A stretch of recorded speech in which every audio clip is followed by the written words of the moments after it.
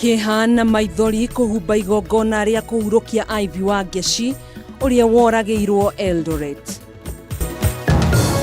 For the court to consider this matter exhaustively, considering that it has other matters which it has not been able to deal with, it will adjourn its decision on this ruling to Tuesday 23rd April. Swazuri na andu angi 11 kuhingirwo ginyanagia wa kere kiumia turorete kumenya kana nimekurekererio na bodi. Wanabiashara tena hawawezi toshea pale, na hivyo basi wameamua hakuna biashara inafaa kuwa ikiendelea hapa, hivyo basi wamegoma.